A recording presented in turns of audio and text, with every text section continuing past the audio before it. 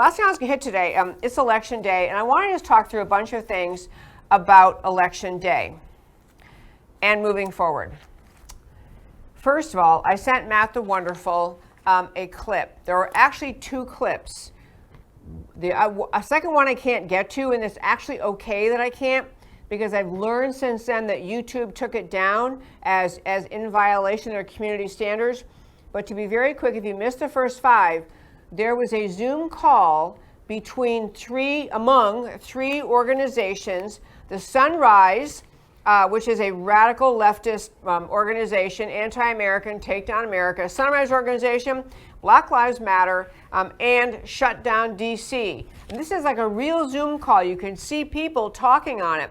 And what they were doing on this call was very openly talking about, we got to put our lives on the line. We have to take risk. We're going to go in there. We're going to go to Washington. And if Trump wins, if they think Biden, if Biden doesn't win, if Trump wins, we're going to attack the White House. And they were talking about identifying on a map where the police departments were located, using their sources inside the federal government to help them figure out where they could go safely, where the police would be.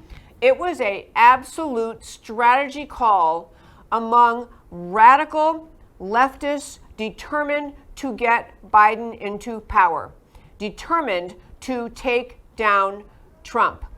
And let me say, kind of add on to that, I believe Dr. Piper is right.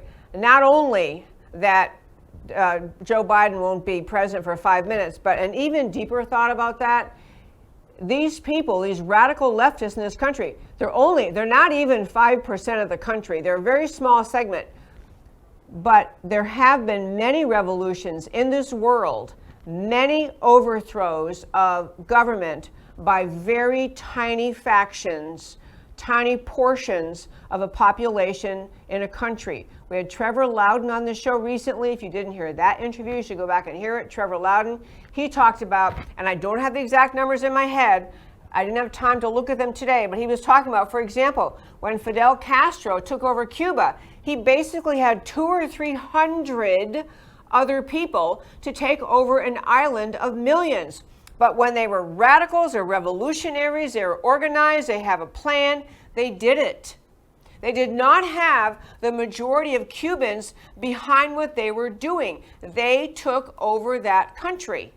He talked about Vladimir Lenin back at the time of the revolution in overthrowing the Tsars in Russia, and how Vladimir Lenin had, it was something like, whatever it was, and a few thousand very best people behind what he did, and he overthrew the entire Tsarist rule and inflicted the misery of communism on Russia for decades. The point is, it is a tiny portion of Democrats, of radical leftists in this country who want to do this, but sometimes in history, it's been a small but radical group that has succeeded in taking over a country. These people are saying they're unwilling to accept the will of the American people, the will of the voters to elect the next president. They're saying, no, you can't have your will, America. You can't have your election system. You cannot have the system that you have in place in the Constitution and the federal and state laws in this country. We're going to decide who's president, and Trump can't be it. And this is where they are. They're a tiny, militant segment of the left. And to be very clear, it's not just that Biden will be gone in 10 minutes after he's elected, if he were to be elected, because he's not there mentally. He's got some serious mental deficiency. But even deeper than that, it's not that Kamala Harris will suddenly become a perfect implementer of what these leftist radicals want. It is that they think what they're trying to do is bring to America the Marxist revolution they always want to have, and they see the Kamala Harris presidency or whoever else is put in, whatever stunt the Democrats come up with for whoever's they're going to have in charge of their party and become president. These people are seeing it as a Marxist revolution, and they think it doesn't really matter who gets in. They're going to be calling the shots. They're going to be arm twisting. They're going to be telling whoever is occupying the White House what's going to happen. That's where these people are. So there were two videos, be clear. One video was the actual Zoom call among Sunrise, BLM, Shutdown DC, faces on camera discussing what they were going to do, supply list being put out, what you need for the march, what you need for the battle, what you need for this. These are people who are not just abstractly discussing maybe someday we could possibly overthrow Trump. They're talking about we're going to do this in the next few days. That video has been taken down by YouTube, shockingly, because it makes Democrats look bad. But the other video, which I did send to Matt the Wonderful, of these actual employees of the federal government online talking about how they're going to try to help the resistance, how they're going to help the resistance, which is what they're calling themselves. And I call the first segment of today's show, Resist the Resistance. I didn't kind of cap that at first five as well as I wanted to. There is a resistance movement in this country, a radical leftist resistance movement in this country. They do mean America harm. And our job as conservatives, as patriots, as supporters of the Constitution, people who want to have America the great still be great, is to resist them, is to not give an inch, is to not, if they try to steal this election for Biden, if they try to bully the American people into agreeing Biden can be president because we're going to have civil unrest as long as Trump is president. We can never, never, never, never give in to that. We cannot decide as a people, well, to get peace, we'll just give in to these crazies. Okay, they want Trump out. We'll get Trump out. We'll let whoever they want in. We cannot even begin that process. These people are radical, they are extreme, and they mean it. They are also a tiny portion of the left in this country. There's not a staggering majority in this country, even of the Democrat side of the aisle, who want what these radical crazies want to do. But the job of conservatives is to stand up to resist this resistance, which will mean after the election, what we have to do to clean up and to try to prevent this kind of thing from happening again. But first, I want to ask Matt the Wonderful to quick play. This is a video, a conversation on these people not realizing America would see it. Actual federal government employees participating in the conversation of how they're going to help the resistance take down Trump. Here it is.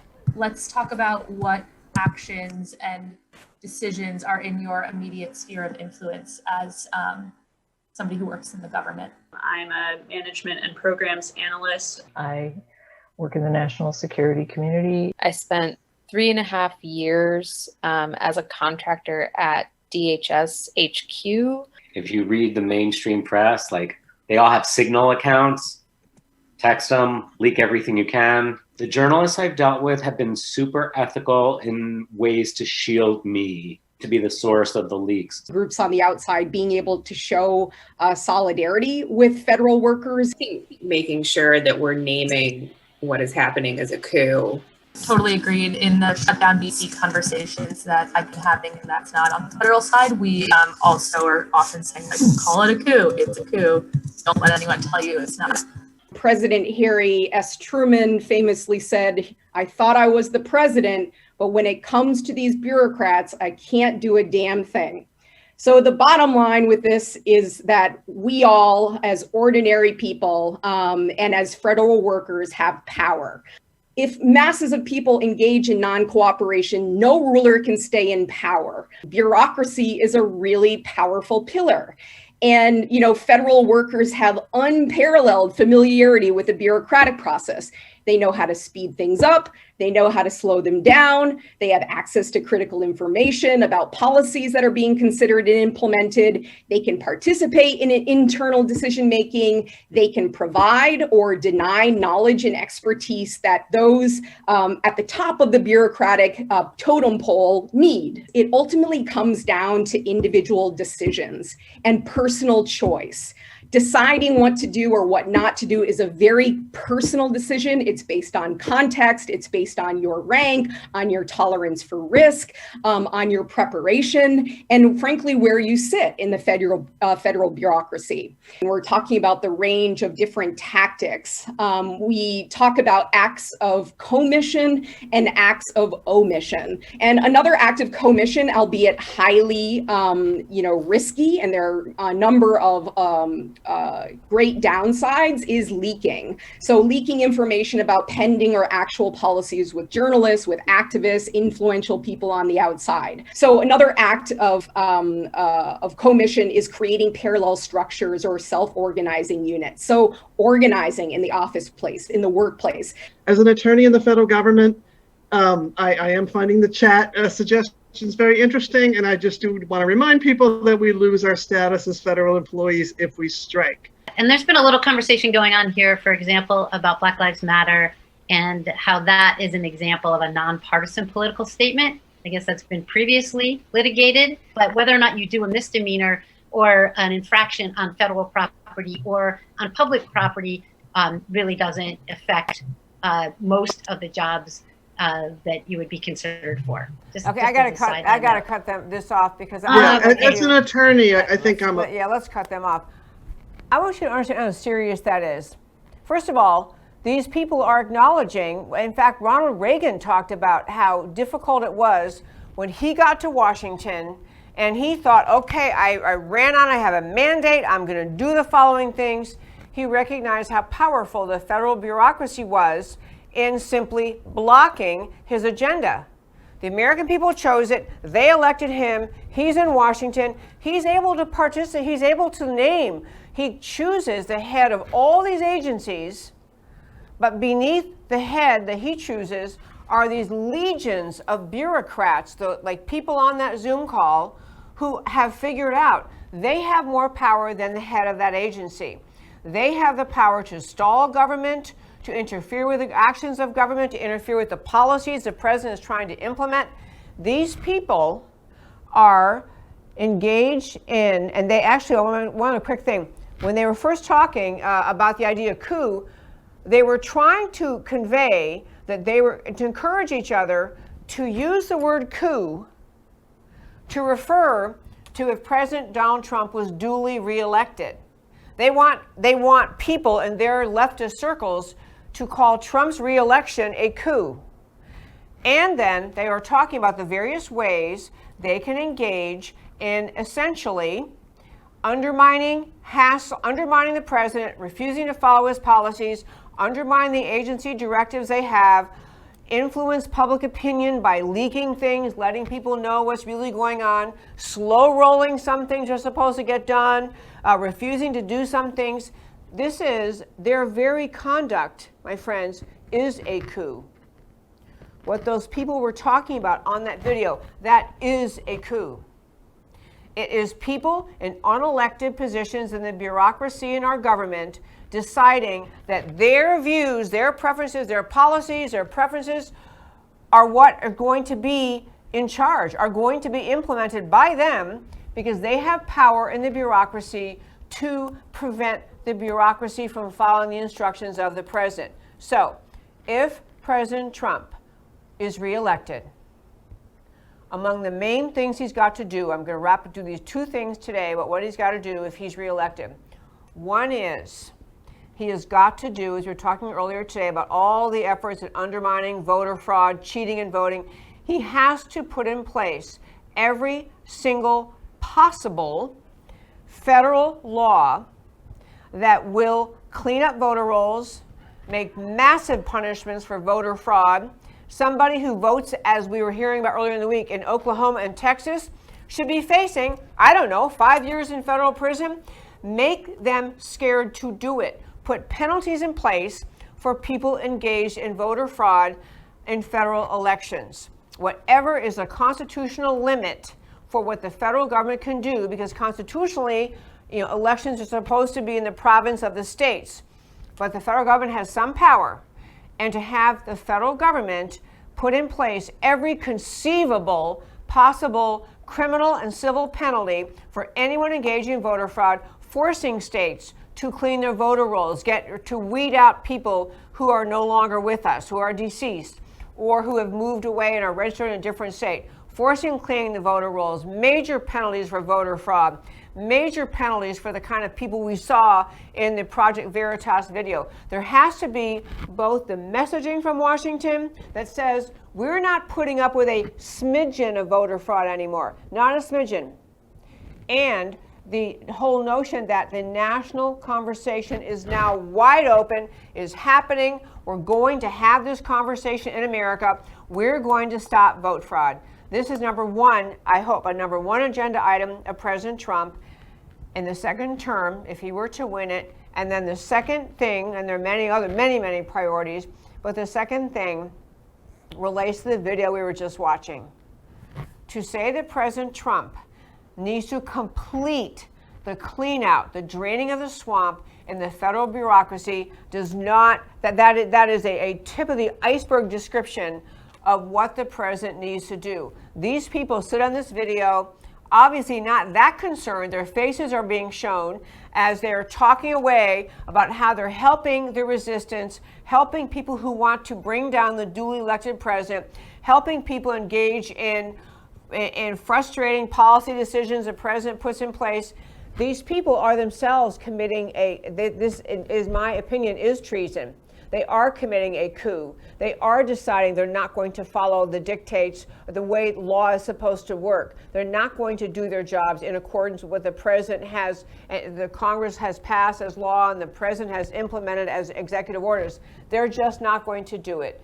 This cleaning out of Washington, D.C., this draining the swamp in the second term of President Trump could be the most effective thing he could do. There are many other things he needs to do in his second term, but this one could help right the course in America for decades to come.